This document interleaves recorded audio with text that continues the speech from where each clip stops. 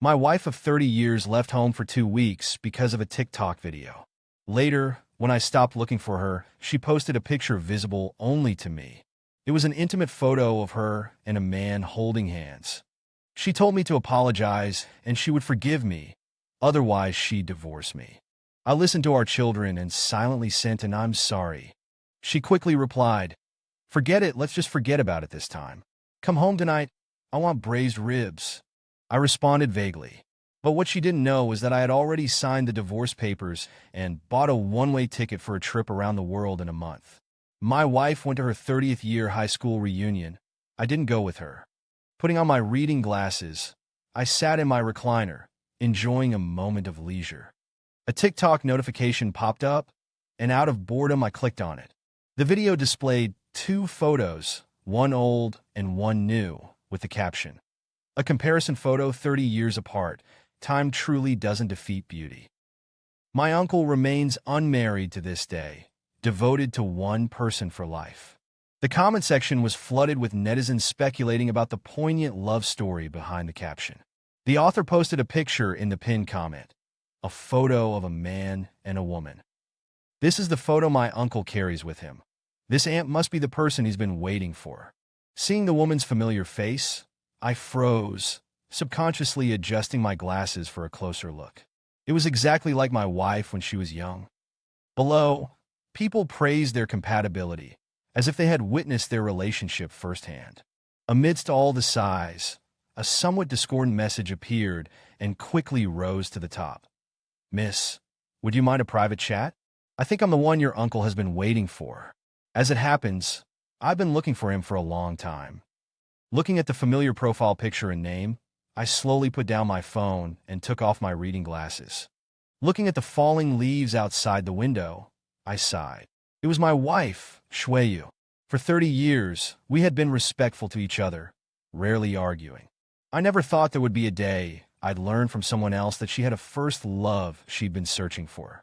Unable to vent my emotions, I poured a few pills from a small box I always carried with me, my hand trembling. I had worked tirelessly in my youth to provide Shueyu with a good life, and now my health was deteriorating day by day. I looked at the time, and after much hesitation, drove slowly towards Shueyu's reunion. There were some things I wanted to ask her face to face. I arrived to an unexpected scene. Shueyu was coming out with a man, holding a bouquet of flowers.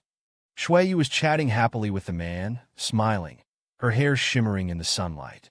She didn't like the speckled appearance of her graying hair, so she had bleached it all white, like winter frost. Although time had left its mark on her face, she was still elegant. Shueyu didn't seem to notice my arrival and continued talking with the man. I watched from afar by the roadside, my heart filled with mixed emotions. A group of people came into view, seemingly Shueyu's classmates. They saw the two and started teasingly making a commotion. My wife playfully scolded them, but the smile in her eyes and the blush on her cheeks couldn't be hidden. I took a few steps forward into their line of sight and stared at Shueyu. As if she felt my gaze, she turned her head. The moment our eyes met, I clearly saw Shueyu's smile suddenly stiffen. "Jinja, why are you here? When did you arrive? Why didn't you tell me?" Shueyu asked repeatedly, trying to change the subject and cover up the previous scene. After so many years together, I could hear the nervousness and unnaturalness in her voice. "I came to pick you up. I just arrived." As for the last question, I looked at her bag, then at her. "I messaged you." She hadn't seen it. For a moment, the scene was awkward. Perhaps because they saw me, her classmates who had been teasing also fell silent. I took the initiative to break the silence. "Aren't you going to introduce him?" I recognized him the moment I saw him. He was the man in the photo I had seen before coming here. They looked good together, the atmosphere harmonious, just like in the photo. Liu Yunqing, her first love. Liu Yunqing, my old friend. Old friend. I chuckled lightly, which seemed to displease Shueyu. Her voice carried a hint of reproach. "What kind of attitude is that?" I adjusted my expression, trying to speak to her in a relaxed tone. I spread my hands. "Nothing, it's just that the two of you standing together look really well matched." Shueyu's face stiffened, and the expressions of some of the people behind her became a little guilty, presumably because they had said similar things when they were teasing earlier. But coming from me, her lawful husband, these words carried an unspeakable irony. Shui Yu's face alternated between pale and flushed. Lu Yunqing stepped forward, blocking my view of her. Sir, if there's anything between you and me that has caused you to misunderstand, I apologize. But please don't make things difficult for her because of me. You're her husband. She needs your trust and understanding. Lu Yunqing frowned slightly, speaking these words righteously. Instantly, I was placed on the opposite side of everyone. Exactly. Why be so sarcastic? That's right, it was just a joke. Why take it so seriously? Are you your husband? TSK, so petty. The crowd voiced their opinions, shifting all the blame onto me. Shui Yu scowled and snapped. Enough. Shui Yu was quite imposing when angry, and the scene instantly quieted down. Someone muttered something under their breath, but was tugged twice by their companion, and shut up completely. She emerged from behind Lu Yunqing, and under his worried gaze, stood shoulder to shoulder with him, opposite me. This scene was exceptionally jarring.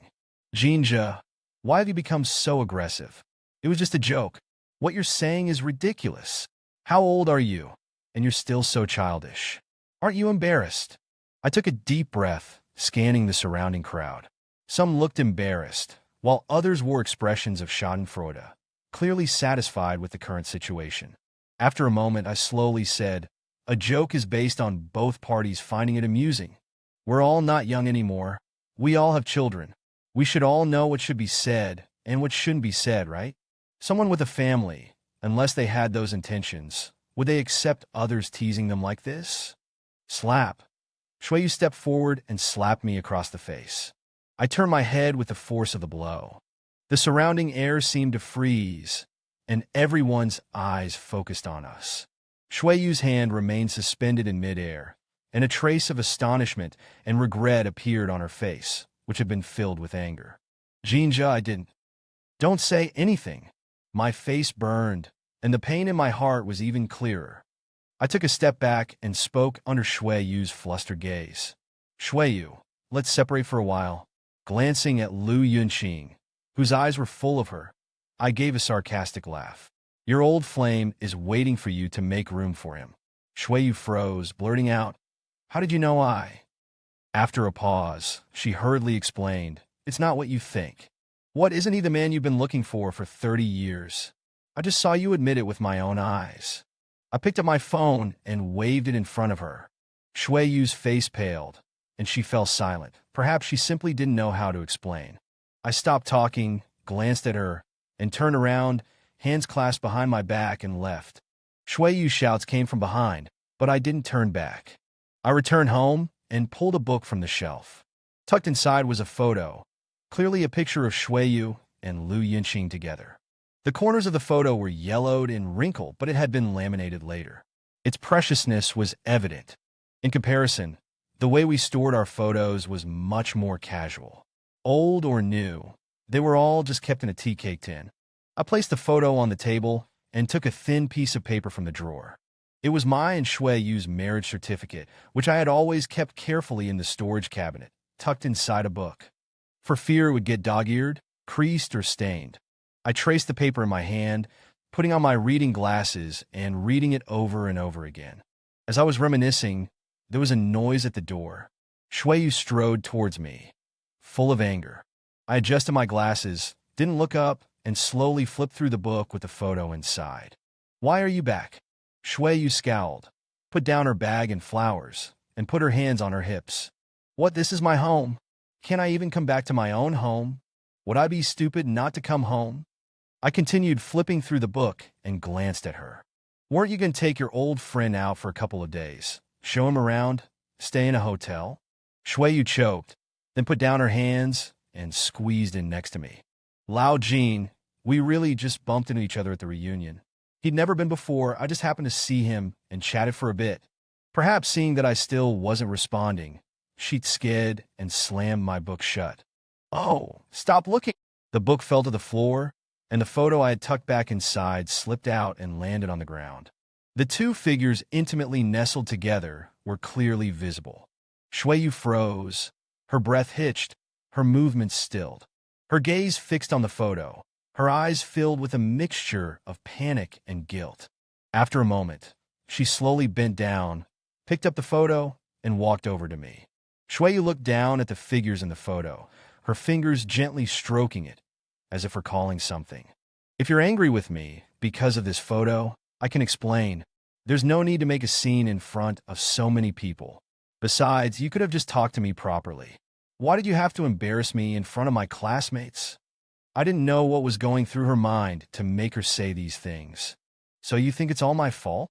You hesitated for a while when the registrar asked you during our wedding ceremony. At that moment, were you thinking about your first love far away in a foreign land? Or me, standing right in front of you? Shui Yu frowned. Do you really have to bring up something so long ago? Who can even remember that now? I took off my glasses and placed them on the table. Fine, let's not talk about that. Let's talk about recent events.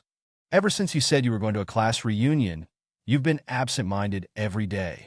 I even see you in the study every day. You're not someone who loves reading that much. Not only was she staying in the study, but every time she was holding the same book with a photo tucked inside. She wouldn't let anyone look at it, treasured it closely. Can't I just organize the bookshelf? Shui Yu still tried to argue. Then tell me, isn't this person on social media you?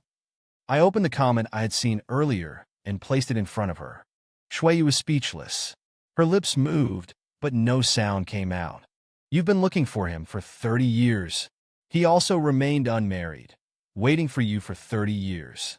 The replies in the comment section were all blessings for the two of them. Even when someone raised the question of whether the other party had a family, it was drowned out below. I put away my phone and started packing. If you won't leave, I will. I'll give you two plenty of time to be together. Shui Yu panicked, shoving the clothes I had put in the suitcase back in. What are you doing? I remained silent and continued packing, zipping up the suitcase. Jinja, try leaving and see. If you leave, don't come back. I'll have Lu Yinqing move in. Suit yourself, I said.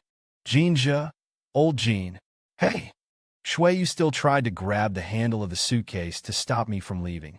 I dodged her and, pulling the suitcase and grabbing my medication, quickly walked to the door, ignoring Shui Yu's urgent calls, and closed the door behind me.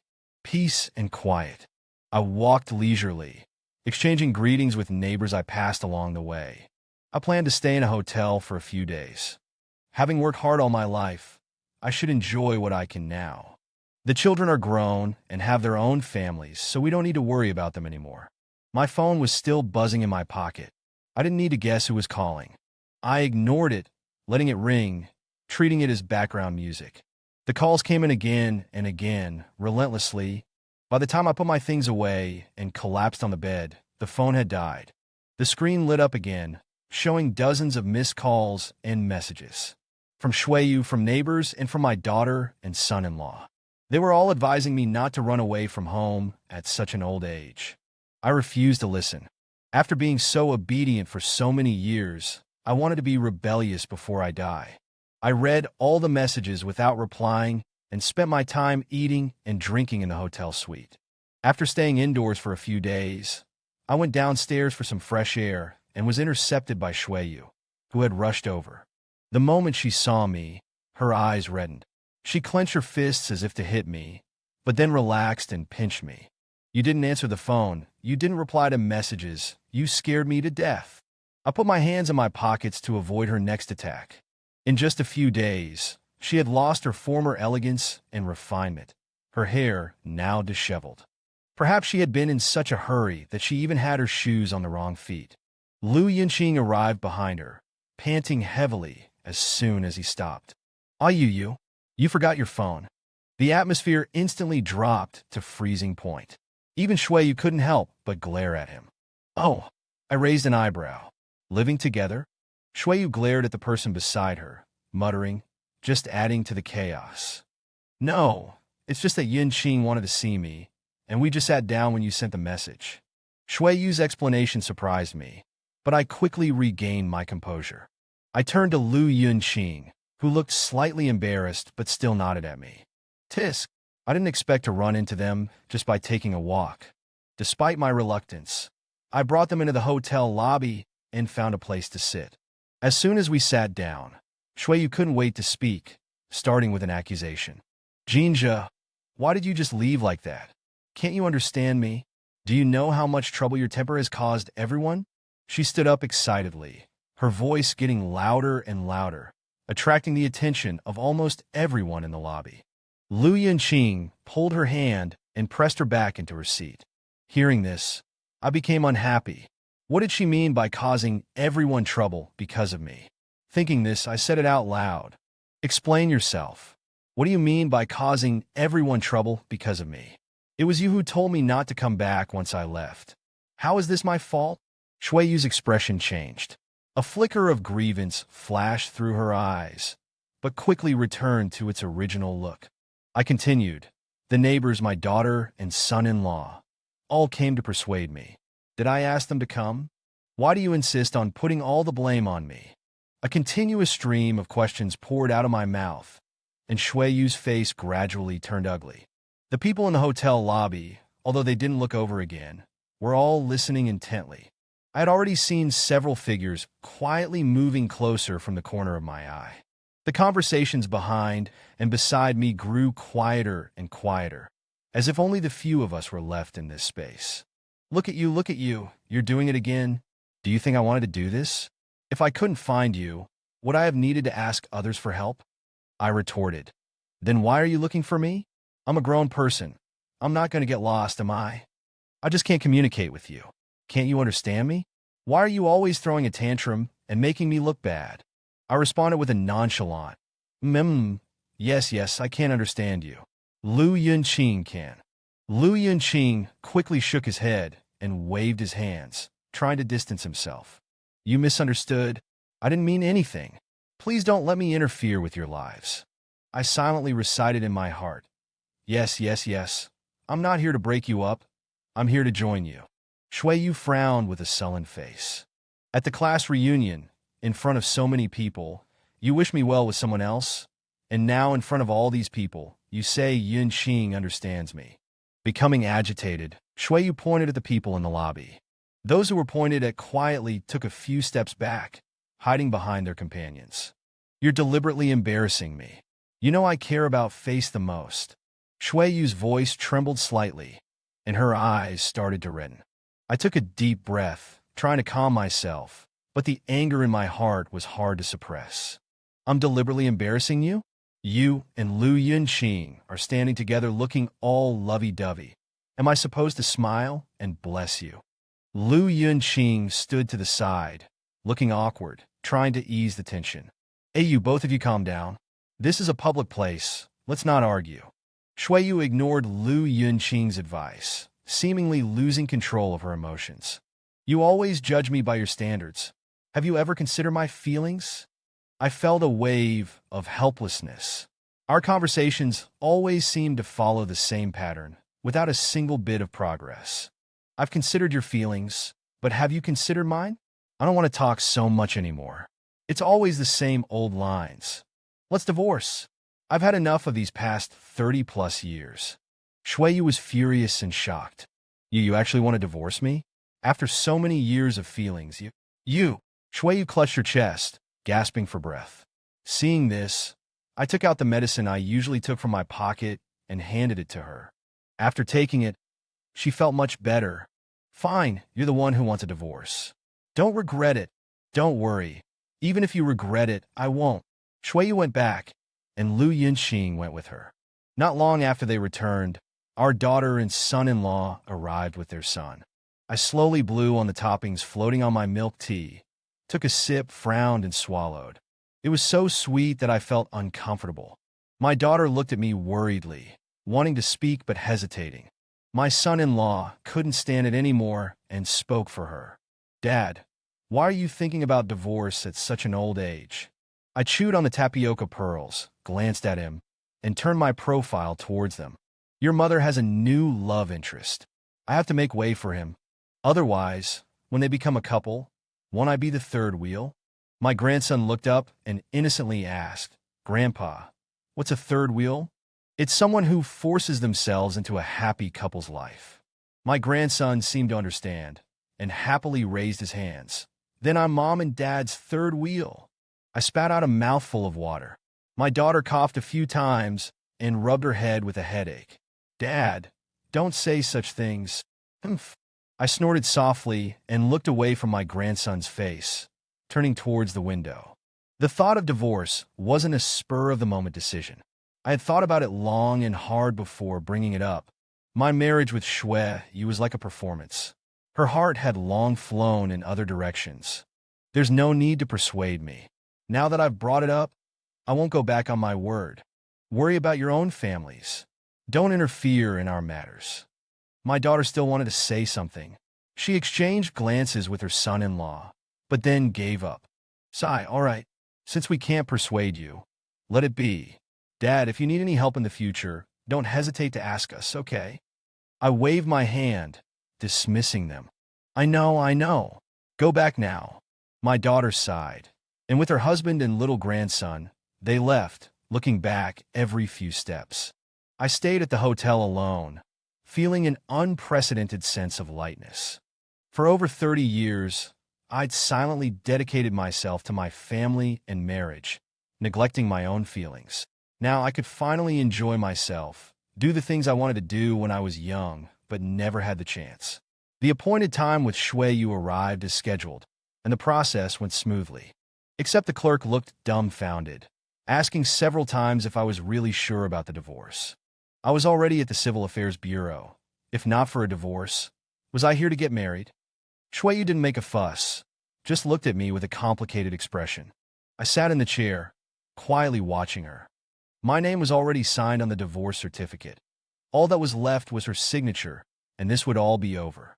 Are you really sure? She asked, her voice trembling slightly. I nodded, saying nothing more. Over the years, there had been too many misunderstandings and gaps between us. The eruption of emotions accumulated over many years. I was tired, and so was she. She picked up the pen, her hand hovering in the air for a moment, and finally wrote her name on the paper. At that moment, I felt a sense of relief, as if a heavy burden had been lifted. We walked out of the Civil Affairs Bureau. The sky outside was exceptionally clear. Lu Yinqing was already waiting at the door. I wasn't surprised, but Shui looked astonished. Why are you here? Lu Yinqing gave a gentlemanly bow and extended a hand to Shui. Miss, may I have the honor of inviting you to share a life with me? Shui subconsciously glanced at me, but I avoided her gaze. Her face turned cold, and she walked around him and headed out. Lu Yinqing froze, like some old-fashioned gentleman from a foreign film. Only now he looked incredibly awkward. You wait for me? Lu Yinqing stiffly patted the non-existent dust off his clothes and chased after her, looking rather comical. I couldn't help but laugh, my heart calm. Leaving the Civil Affairs Bureau, I walked slowly along the street alone. Sunlight filtered through the leaves and fell on my face, warm and comforting, just like my mood at that moment. I planned to carefully map out the rest of my time. I wanted to do the things I had to give up when I was young because I needed to earn a living. Perhaps I would travel, or maybe I would pick up my youthful hobbies again, like painting or writing. I was already looking forward to those peaceful moments that belonged to me, no longer troubled by family trivialities. I joined a senior tour group, afraid of dying alone on a trip somewhere far away. Traveling with a group meant someone could bring me back, so I wouldn't lie in a foreign land with no one to even claim my body. During this time, apart from occasional calls from my daughter and son-in-law, I'm mostly connected with acquaintances. Shui did call once. We connected, but neither of us spoke. Only later did she ask, "Are you doing well?" "I'm doing very well," I replied calmly, looking out the window at the scenery, lost in thought. There was a moment of silence on the other end. Then Shui's voice came again, with a hint of reminiscence and an emotion I couldn't quite decipher. "Jinja, I miss you very much. Can we really not go back?" I took a deep breath. "Shui, we've both started our new lives. Let the past be the past." She didn't reply, but I could feel her emotions fluctuating. Finally, she softly said, "Take care." After hanging up, I stood by the window, recalling the scene when I went back to our home to pack my things after the divorce. Shueyu handed me things I might need, her expression complex. We didn't speak much, just silently passed items back and forth. She gave me a box full of old photos. I took it, my fingers gently touching the yellowed prints, my heart filled with a myriad of emotions. In the end, I didn't take the box, only what I needed, what I would use. I pulled myself from the memory, trying not to dwell on the past. My travel plans were only 1/3 complete, but things don't always go as planned. Hearing about Shueyu's serious illness over the phone, I was shocked. I initially thought it was a joke, a ploy to get me to come back. But my daughter's tearful voice made my smile gradually disappear. "I'm coming back right away." I rushed back, exhausted from the journey, finally arriving at the hospital. Seeing Shueyu lying weakly in bed, her eyes closed, all the past grievances seemed insignificant. The resentment and dissatisfaction had been washed away by the passage of time. I exhaled and held her hand tightly, feeling her weak warmth, a surge of indescribable emotion welling up inside me. From my daughter, I learned that Lu Yinqing had left long ago. Shueyu hadn't accepted his pursuit, staying home alone all day. "Lao Jin." A weak voice came from the bed. I turned to see her awake. She struggled to sit up, but I stopped her. Tears streamed down her face. I didn't expect her first words upon waking to be an apology. "I've been doing a lot of thinking lately, wondering why you hated me so much. But now I understand. I always said you couldn't understand me, couldn't see things from my perspective, but actually I never understood you either. I'm not asking for your forgiveness. I know I was wrong. Lao Jin, I'm so happy you came to see me." Watching all this, I felt an indescribable ache in my heart. Was it because my years of forbearance had finally been recognized? Seeing her familiar face, I froze, subconsciously adjusting my glasses for a closer look. "I'm here." Shueyu's condition was far more serious than I had imagined. The doctor told me she needed long-term treatment and care. I sat by her bed, watching her face grow paler, feeling lost. Even with treatment, Shueyu wouldn't be the same. Her once meticulously maintained, shiny white hair now lay dull and lifeless like dried grass. Her time was running out. One ordinary day, Shueyu made a rare request. "Lao Jin, push me outside to get some sun." I pushed her out of the ward, stopping in the courtyard. The sun is so nice. Bathed in the gentle sunlight, I felt lighter. I stayed with Shueyu until sunset, talking about our child, reminiscing. Her voice suddenly stopped, and I fell silent too. The life in the wheelchair gradually faded. I held her hand tightly, watching the sun sink below the horizon. "I forgive you." At the end of her life, all resentment and misunderstanding vanished like smoke. Like the setting sun, our story came to a close, and here we were, as if in a tranquil world.